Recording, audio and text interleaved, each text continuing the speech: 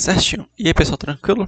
Boa noite, né? Boa tarde ou bom dia, dependendo da hora que você estiver vendo este vídeo. Hoje vamos ver cinética química, tranquilo? Mais específico, a parte 1. Eu separo em duas partes, que eu acho mais didático.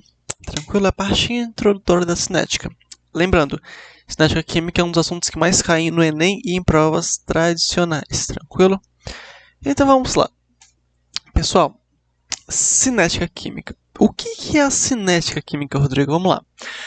Pensa comigo. Existem as reações químicas, correto?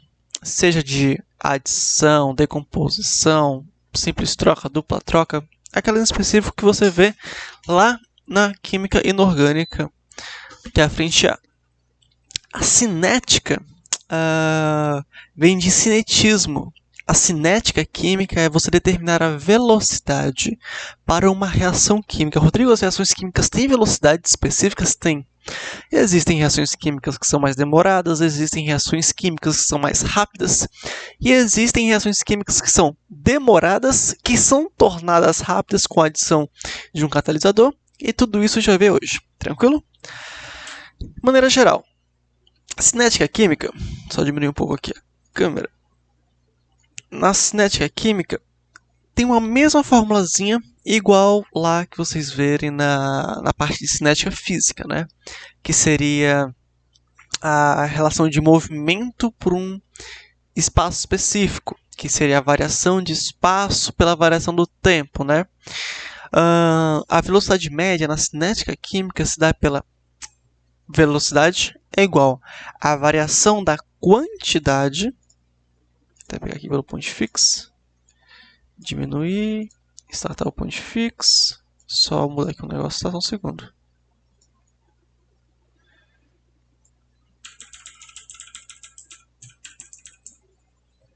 Aqui tá bom. E diminuir a câmera. Aqui eu deixar aberto o ponto fixo.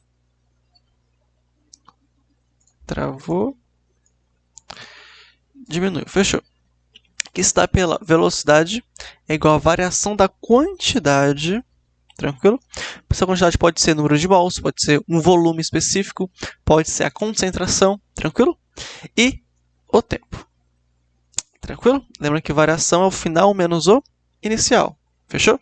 Então vai ser velocidade igual à variação de matéria, número de mols, ou a variação do volume, volume final menos volume inicial e assim diante. É igualzinho ao que vocês veem, né? Que a velocidade média é igual à variação de espaço sobre a variação do tempo. É praticamente a mesma relação. Rodrigo, mas como que isso pode se dar na química? A velocidade média do processo. Aqui, em específico, temos uma reação química que é a produção da amônia, que se dá por N2 mais H2, formando NH3. Tranquilo? Se for balancear, colocar em vermelho, aqui vai 2, fica 2 hidrogênios, 2 vezes 3 hidrogênios, 6, então aqui é 3. Fica 6 hidrogênios, fechou. O módulo que eu vou mostrar para vocês, que está na foto, é meio bruto, mas eu vou explicar de maneira mais clara o porquê tudo isso acontece. Perceba que a velocidade média, ela é a variação da concentração de N2 sobre ΔT, certo? Igual a variação da concentração de H2 sobre 3 vezes ΔT. Por que esse 3? Porque são 3 mols. É 3 o coeficiente estequiométrico. Que é igual à variação da concentração de NH3 sobre 2 vezes ΔT. Porque 2 é o coeficiente estequiométrico aqui. Tranquilo? Rodrigo, mas por que tem que especificar o coeficiente estequiométrico? Por quê? Dependendo da concentração da quantidade, se eu quero determinar uma velocidade média com um grau comparativo entre os reagentes e os produtos, tem de se levar em consideração os coeficientes do balanceamento, sempre. Por quê? Pensa comigo. Se eu sei que o H2, comparado com o N2, eu tenho relação ao número de mols. 3 mols de H2 para cada 1 de N2, correto? Este é um grau comparativo. Para cada 3 mols de H2, eu tenho 1 de N2. Se eu for pensar em um grau comparativo de velocidade, se eu quero tratar uma velocidade média, que seria uma velocidade igual para os 3, eu posso falar que para cada H2 é 1/3. Olha só. Olha só essa expressão. Ele falou que velocidade de concentração do N2 é igual à velocidade da concentração do H2 sobre 3. Nossa, mas por quê? A velocidade do N2 ela é igual à velocidade apenas do H2, porém dividido por 3. Porque o H2 tem uma relação de 3 vezes maior. Se eu quero saber do N2, divide por 3. Pode fazer isso com qualquer outro. Se for comparar o N2 com o NH3, se for comparar o N2 com o NH3, a velocidade de concentração do N2 é igual. O N2, eu tenho 1 mol apenas como coeficiente estequiométrico. O H2, o NH3 são quantos? São 3. São 2. São 2. Então, eu posso falar que ele é o dobro? Sim. É como se fosse assim. A velocidade da concentração do N2 é 2 vezes a do NH3. Não vou determinar assim, que vai ficar meio estranho para vocês. Mas eu posso fazer assim. 2 vezes N2 seria a velocidade de formação do NH3. Correto? Correto. Passo 2 dividindo, está aqui. Porque isso indica que eu tenho que ter 2 vezes o N2 para ter o NH3, a velocidade. Mas quando eu trato velocidade média, é todos se igualando. Tranquilo? Rodrigo, essa parte de colocar dividindo e tudo mais, cai muito? Não. Nem se preocupa com isso, tranquilo? Isso é só uma maneira meio bruta de demonstrar como que ocorre a velocidade média do processo. Fechou? Continuando. Aqui que cai mesmo, que é a questão da tabela. A maioria das questões de cinética traz uma tabelinha. Nessa tabelinha está especificado a quantidade de reagente que está sendo consumido e produto sendo formado. Lembrando, é uma reação química. Eu tenho uma seta. Antes da seta, reagentes. Depois da seta, produtos. Ou produto, né? Produto ou produtos. Ponto principal. Os reagentes são consumidos para formar os produtos. Fechou? Se eles são consumidos, eles têm uma quantidade maior que 0 e vão diminuindo ao longo do tempo. Correto? Enquanto os produtos, no instante 0, eles têm 0 informação e vão começar a ser formados ao longo do tempo. Exemplo. Aqui no caso que é a síntese da água, é utilizado H2 e O2. Perceba-se que no tempo 0, H2 e O2 eles têm uma certa quantidade, uma certa concentração. Por quê? Reagentes vão ser consumidos. Eles sempre tendem a ter uma concentração, uma quantidade maior que 0. Porque como é que vai ser consumido se não for maior que 0? E os produtos, aqui, ó, que é a água, 0. Por quê? Porque no instante 0 não começou a ser formado. Os reagentes não começaram a ser consumidos. Aí pensa comigo. No tempo de 50 minutos, eu tenho H2, uma concentração de H2 de 8. Eita, diminuiu. Por quê? Porque foi consumido. Aí olha como é que é a química. 12 menos 8 é 4, correto? Então foi consumido 4 mol por litro. Aqui, 10 para 8, 2. Foi consumido 2 mol por litro. Eita, Rodrigo, foi consumido em quantidades diferentes. Sim. Olha o coeficiente estequiométrico. H2 é 2 para cada 1 de O2. Então, é normal o H2 ser consumido o dobro de O2. É padronizado, é química, é balanceada, é perfeita, é bonitinha. Se você parar para pensar também, a água ela tem um coeficiente 2. Então, para cada 2 consumidos de H2, 2 é formado de água. Ou para cada 1 consumido de O2, é formado 1 de água, meio de água, como você quiser pensar. Mas, ó, não consumi 4, formei 4. Sempre assim. Quer ver? Vai do 5 para o 4,50 aqui, do penúltimo para o último. Qual que é o consumo? 0,5. Aqui, 0,25, metade. E aqui, formou 0,5. Proporcional, porque tem o mesmo coeficiente estequiométrico, e aqui é a metade. Se ele quiser saber a velocidade de consumo do O2 no intervalo de 0 a 50, vamos passar a borracha aqui. Os outros. Ó, digamos que a questão que é a velocidade de consumo do O2 no intervalo de 0 a 50, tempo final, 50, tempo inicial, 0. Vou comparar o 0 e o 50. Já que ele quer consumo do O2, foca só no O2. Qual que é o final do O2? 8. Qual que é o inicial? 10. 8 menos 10, menos 2. Menos 2 sobre 50. Aqui, resultado. Rodrigo, mas deu negativo. Sim, sempre que a velocidade de um reagente é negativo, é porque está sendo consumido. É menos. Se ele é consumido, sua concentração, sua quantidade final é sempre menor que a inicial. Então sempre vai dar número negativo. Tranquilo? Em outras questões, isso aqui pode vir com módulo. Módulo. Aí você desconsidera o negativo. Fechou? E isso sim é importante para quem em questão. Continuando. Tem uma diferença de reação reversível, reação irreversível e equilíbrio químico. Não sei se vocês estão vendo equilíbrio químico ainda, mas pensa comigo. Reação irreversível. Eu sei que os reagentes se tornam produtos. Mas existe uma possibilidade dos produtos voltarem a ser reagentes?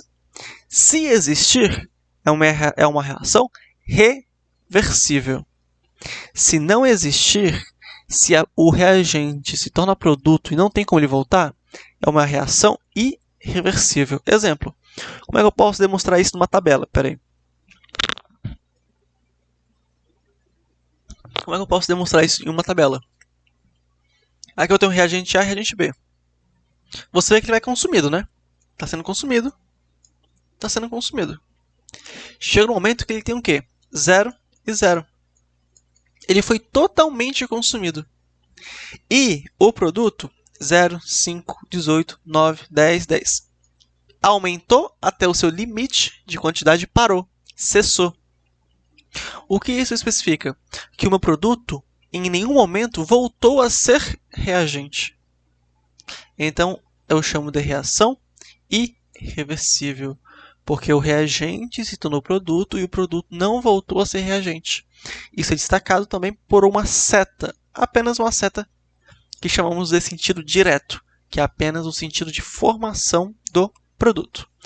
Enquanto uma reação reversível é quando eu possuo o reagente se transformando em produto e o produto voltando a ser reagente. Rodrigo, beleza. Se é irreversível apenas uma seta, sentido direto. A reversível tem sentido inverso, certo? Mas como é que você pode analisar isso em uma tabela? Pensa comigo. Aqui eu tenho A e B o produto, ou A e B o reagente, C o produto. Perceba que ao longo do tempo, o A e o B vão sendo consumidos. E o C formado. Mas perceba que eles passam a ter uma quantidade fixa. Uma quantidade fixa. Ah, aí entrou em equilíbrio. Calma. Eu tenho uma reação reversível. Reação reversível é quando o reagente se torna produto e o produto volta a ser reagente. Equilíbrio químico é quando as duas velocidades são iguais. A velocidade de formação e a velocidade inversa. Aqui estamos falando apenas de cinética. Equilíbrio químico, vocês vão ver na frente A. O que eu percebo? Tá vendo que o tempo está andando, o tempo está continuando e o reagente se manteve fixo? E o reagente se manteve fixo e o produto também? Aqui eu afirmo que eu tenho uma reação reversível. Porque o reagente está se tornando produto. Tranquilo? Nossa, eu tô Estava em outra coisa, foi mal. Aqui eu vejo que o reagente está se formando produto, o produto está voltando a ser reagente e não está variando a concentração. Aí sim eu chamo de reação reversível. Então, cuidado. Toda reação reversível, eu tenho a formação de produto e a volta para ser reagente. Mas nem toda reação reversível é equilíbrio químico. Tranquilo? Todo equilíbrio químico é reação reversível, mas nem toda reação reversível é equilíbrio químico. Tranquilo? Continuando, existem as etapas para que tudo isso possa ocorrer. Existem as etapas. Vamos lá. Etapas. Isso aqui é importante. São 3 etapas. Primeiro, quebra de ligações a partir de choques efetivos. Segundo, rearranjo atômico. Terceiro, formação de novas ligações. Como assim? Primeiro, para ocorrer uma reação química, as moléculas vão acabar se chocando. Então, tem que ter, primeiro, a quebra das ligações a partir de choques efetivos. O que é um choque efetivo? Um choque certeiro, um choque forte. Lembrando que com o aumento da temperatura, as moléculas passam a se agitar mais. Então, consequentemente, elas podem se chocar. Então, primeiro ponto, eu tenho que ter um choque efetivo. Então, deixa eu botar aqui rapidinho. Já. Segundo ponto, rearranjo atômico, que é mudança de átomos lugar. E terceiro, formação de novas ligações. Como assim, Rodrigo? Como é que isso pode ocorrer? Primeiro, olha só, vou colocar em preto. Olha essas duas moléculas aqui. Aqui eu tenho o NO2 e aqui eu tenho o CO. NOO. Aqui, peraí, sobre o tamanho, tá, CO. Aí eu tenho o NO2 e o CO. Dióxido de nitrogênio e monóxido de carbono. Ambos se chocaram. Estão se aproximando. Se chocaram. Pensa comigo, tá aqui. N, O, C, O, O. Perceba que depois, o que foi formado? N, O e C, O. Ou seja, eu tinha NO2 mais CO, formei NO mais CO2. Eita, e aí? Por que isso aconteceu? Primeiro, quebra de ligações a partir de choque efetivo. Ocorreu o choque efetivo, quebrou essa ligação aqui, ó, entre oxigênio e nitrogênio. Depois, rearranjo atômico, mudança dos átomos de lugar. Este oxigênio se mudou e ficou ligado ao carbono. Formação de novas ligações. Formou novas ligações. Tranquilo? Mas, tendo a teoria do que acontece, em específico, temos que destacar a energia mínima. Pensa comigo assim. Energia mínima é a energia necessária para que a reação química possa ocorrer. Fechou? É a energia mínimo. É a energia necessária para que a reação química possa ocorrer. Sem ela, a reação química não pode ocorrer. Essa energia mínima é também conhecida como energia de ativação, porque forma algo chamado de complexo ativado. Pronto, lembra disso. Energia de ativação forma o complexo ativado. Como assim, Rodrigo? Pensa comigo. Vamos trabalhar com gráfico. Não, nesse slide tem gráfico depois. Que eu vou trabalhar com vocês. Tem gráfico depois para trabalhar com vocês. Não vou entrar nisso agora não. Tá? Só vou checar. Porque, pensa comigo. As moléculas, os reagentes, elas precisam de uma energia. Adquiriram energia, elas podem se tornar produtos. A energia para que elas comecem a se tornar produtos é conhecida como energia mínima necessária, ou energia de ativação. Fechou? Lembra disso que é sucesso. Orientação favorável, muito importante. Exemplo, a gente viu lá a questão do NO2 com o monóxido de carbono. Mas, se aquelas moléculas se chocassem de uma maneira desfavorável, como assim?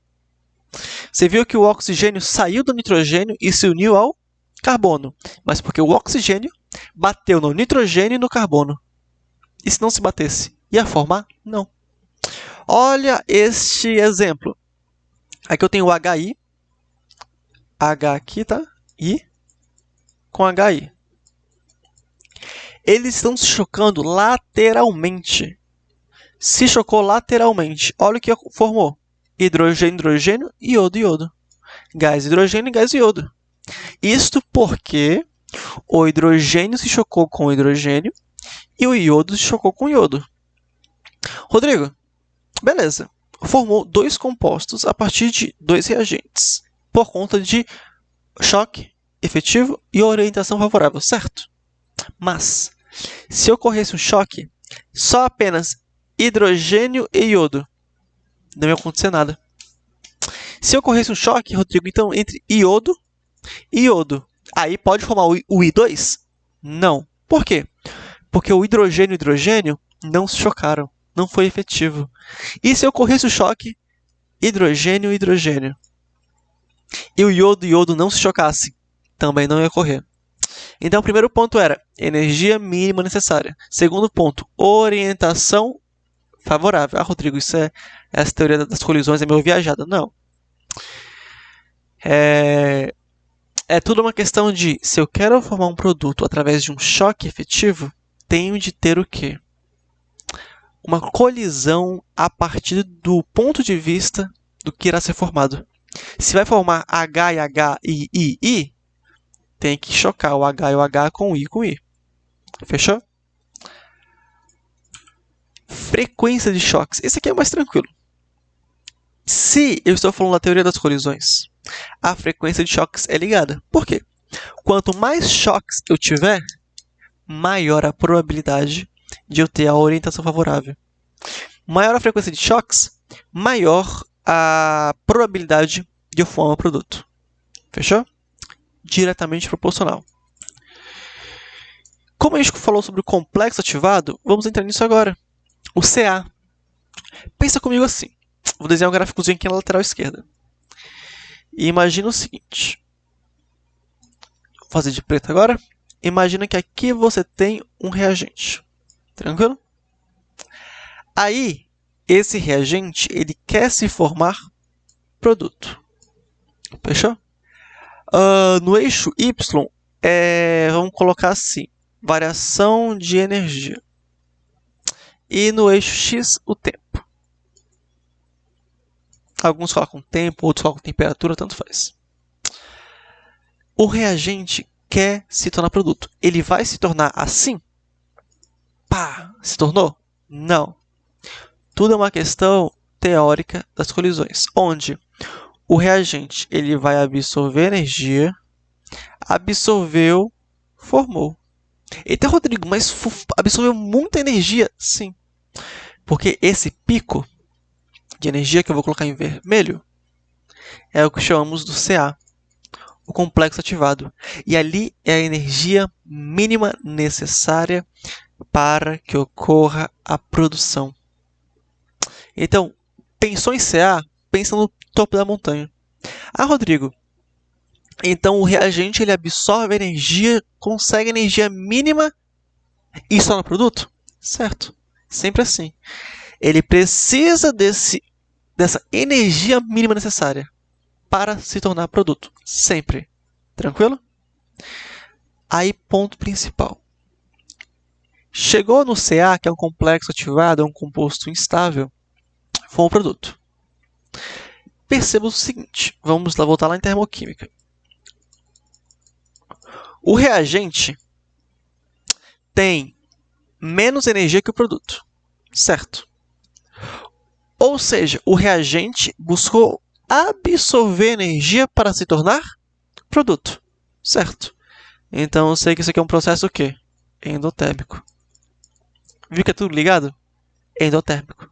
Ah, Rodrigo, estou começando a pegar. Então, digamos, se eu tenho um outro gráfico aqui na direita, e o reagente está aqui e o produto está aqui. Então, se for assim, é um processo exotérmico errado. Você não pode ter isso. Você não pode ter esse gráfico. Lembra que você sempre vai ter o quê? Uma energia mínima necessária e depois se formará produto. Aqui é o seu CA. Sempre. Não importa se é endotérmico ou se é exotérmico, sempre vai ter uma energia mínima necessária. Tranquilo? Neste caso, como o reagente ele tem mais energia que o produto, vai ter que buscar liberar para se tornar produto, chamo de exotérmico. Tranquilo? Fechou. Fatores que influenciam na velocidade. Concentração dos reagentes. Por quê?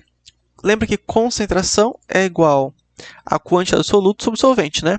Se a gente for pensar em concentração molar, molaridade é igual ao número de mols sobre o volume em litro. Quanto maior a concentração, maior o número de mols. Se eu tenho maior número de mols, eu tenho mais moléculas lá. Se eu tenho mais moléculas lá, maior a possibilidade de eu ter os choques efetivos. Fechou? Então é algo diretamente proporcional. Quanto maior a concentração dos reagentes, maior a possibilidade de eu ter os choques efetivos. Fechou? Pressão e temperatura. A pressão é específica para os sistemas gasosos, tá bom? Por quê? Lembra da lei dos gases ideais? Quanto maior a pressão, o volume está diminuindo. Se o volume está diminuindo, o que acontece com os gases? Eles ficam mais juntos. Se eles ficam mais juntos, você está diminuindo a distância entre eles. Então, é maior a probabilidade de você ter choques efetivos. Então, maior a pressão em sistema gasoso, maior a possibilidade de você ter choques efetivos. Fechou? E temperatura, nem se fala, né? Maior a temperatura, maior o grau de agitação das moléculas. Quanto maior o grau de agitação das moléculas, maior a possibilidade de ter choques efetivos. Tranquilo? O estado físico influencia muito. Lembra que bem no começo da química a gente viu referente à velocidade. A velocidade referente ao grau de agitação das moléculas, onde o sólido tem menor grau de agitação que o líquido e menor grau que o gasoso. Correto? Que quanto maior o caso, quanto mais, se falamos assim, né? Mais à direita, maior o estado de agitação. Maior o grau de agitação das moléculas, correto? Então, quando eu estou no estado gasoso, eu tenho uma reação mais rápida, porque as moléculas já têm um alto grau de agitação e, consequentemente, possuem a maior agitação, né? E vai ter choques efetivos mais favoráveis, digamos assim. Maior a probabilidade, tranquilo? Pensando em superfície de contato, cuidado aqui, cuidado. Superfície de contato como posso especificar de maneira bem bacana para vocês. Vou colocar aqui a câmera total. Uai, cadê meu? Aqui. Pensa comigo assim. Imagina que você tem aqui... Estava lendo o artigo? Imagina que você tem aqui o papel. Beleza? O papel. Concorda comigo que para eu pegar nele, eu não consigo pegar totalmente. Porque ele é grande. Então a superfície de contato que eu tenho com ele é pouca.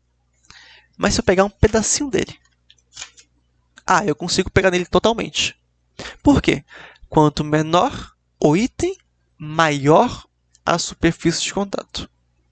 Quanto menor o item, maior a superfície de contato. Fechou? Exemplo.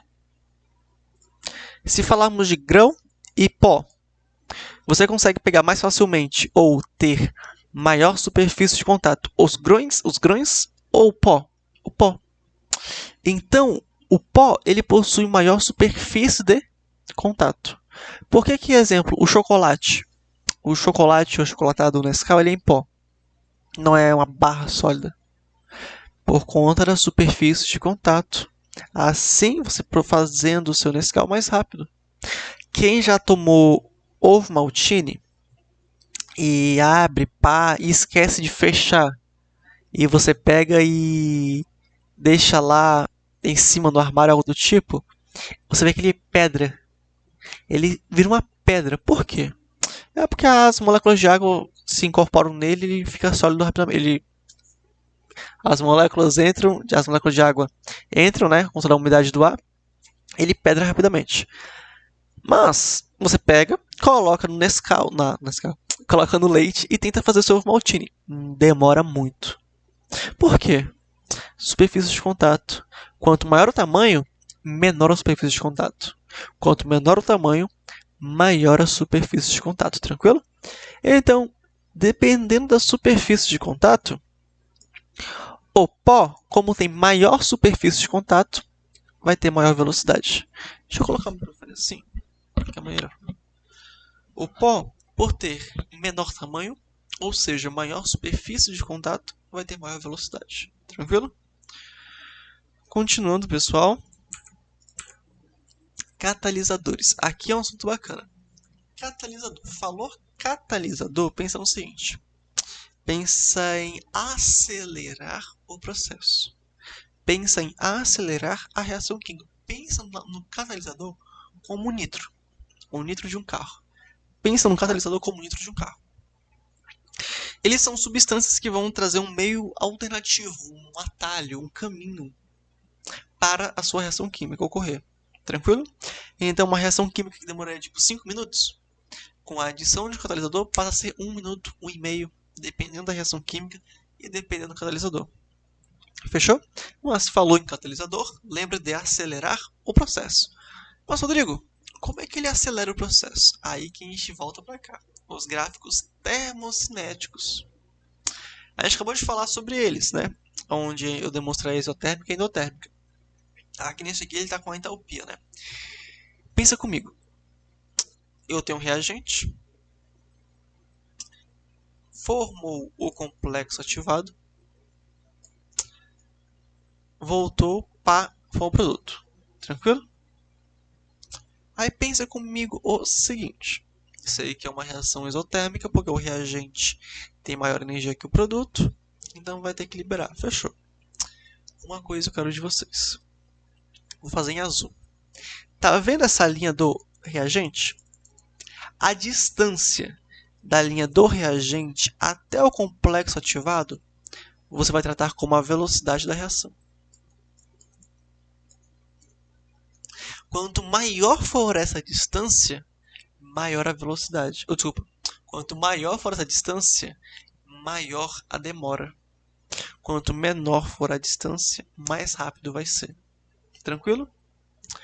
Então, só corrigindo para ficar mais plausível para vocês, trate como o tempo, tá? O tempo, não velocidade, trate só o tempo. Porque se falar em velocidade, falar maior velocidade, tem que ser mais rápido. Trate como o tempo. Quanto maior for a diferença da linha do reagente com o complexo ativado, mais demorado. Quanto menor for, mais rápido, tranquilo? Lembra disso. Por quê? Pensa comigo. Já mostrei dentro do térmico também. Ah tá, só um segundo. Essa daqui já foi. Aqui, ó, só destacando. Essa daqui a gente fez, né? O reagente pega, absorve, absorve, absorve, forma o complexo ativado, pega aí, pá, forma um produto. Como o produto tem mais energia que o reagente, processo endotérmico, né? Tranquilo. Tem reações que eu chamo de endotérmico, exotérmico e também de não elementares. As não elementares é que ocorrem em mais de uma etapa. Exemplo aqui, eu tenho a primeira etapa, aí eu tenho a segunda, eu tenho a terceira. Você vê que você tem vários picos, vários complexos ativados, tranquilo? Só lembrar disso. Tem mais de uma energia de ativação, tem mais de um complexo ativado, reação não elementar. Isso é comum. Mas voltando na questão dos catalisadores, pensa comigo o seguinte. Pensa comigo o seguinte rapidinho. Lembra que eu falei que o catalisador ele busca um atalho? Ele busca ser mais rápido. Aí pensa comigo. O reagente pega, tem que absorver a energia, absorveu. Formou um complexo ativado. A diferença que você tem da energia do reagente com a energia que está no complexo ativado é o que determina o tempo. Quanto maior for, maior o tempo. Quanto menor for, menor o tempo. Se o catalisador vai agir, ele vai agir, cuidado, olha o português, formando um complexo ativado de menor valor. Não é diminuindo o complexo ativado anterior. Cuidado, tem muitas pessoas que erram questão por causa disso. Rodrigo, como assim? Pensa comigo. Vou desenhar passo a passo. Imagina que você tem aqui um gráfico. Fechou? Aí você tem o seguinte, vou colocar em preto. O reagente, produto. Tranquilo? Agora eu vou em vermelho. O reagente pega, forma seu complexo ativado, seu Ca, forma produto. Em vermelho ainda, essa diferença aqui, bem torta, né? Essa diferença aqui é a minha energia de ativação, que também é ligada diretamente com o tempo. Você vê que é bem grande, né? A diferença referente à energia do reagente com o complexo ativado. Então vamos dizer assim que isso aqui demora um tempo de 2 minutos. Essa reação química. Rodrigo, mas só 2 minutos, por que não esperar? Cara, em indústria, velho, 2 minutos é muita coisa. Em indústria é muita coisa. Vou fazer em verde, tá bom? Em verde. Pensa comigo. Quando eu adiciono um catalisador, ele forma um caminho alternativo. Ele forma isso aqui, ó. Ó. Pá. Você vê que tá menor? Tá menor, né? Essa nova diferença é a sua nova energia de ativação. E digamos que seja um tempo de 30 segundos. Você vê que ele encontrou um outro caminho. Ele formou um novo complexo ativado. Ele não diminuiu o anterior. O anterior está lá. Mas ele formou um outro. Formou um outro caminho. Então, cuidado. Tem questão que já caiu na UFRR. Falando, um catalisador diminui a energia de ativação de uma reação química. Errado. Ele não diminui a energia de ativação. A energia de ativação está aqui. A padrão dele está aqui. O que ele faz? Encontra um outro caminho, trazendo uma nova energia de ativação. Fechou?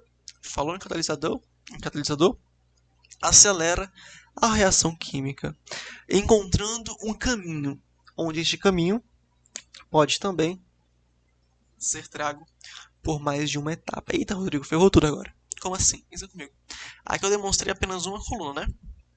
Apenas uma etapa. Olha esse de baixo aqui, ó. Aqui você vê que eu tenho em verde o que era padrão da reação química, e em azul vou colocar, olha a ação do catalisador. Uma, duas etapas. Formou duas etapas. Mesmo tendo duas etapas, a relação do tempo vai diminuir, porque a velocidade vai aumentar. Tranquilo? Então a ação de um catalisador acelera a reação química. Como? Encontrando meios alternativos, sendo uma ou mais etapas, tornando a reação mais rápida. Fechou? E é isso. Tranquilo? Essa é a parte inicial da cinética. É mais a parte teórica, sim. A outra parte é um pouquinho mais cálculo, é bacana. Fechou? Então por hoje é só, pessoal. Tá dando tempo já. Façam as listas de exercício. Qualquer coisa não se procurem, tá bom? E uma boa continuação de aulas para vocês.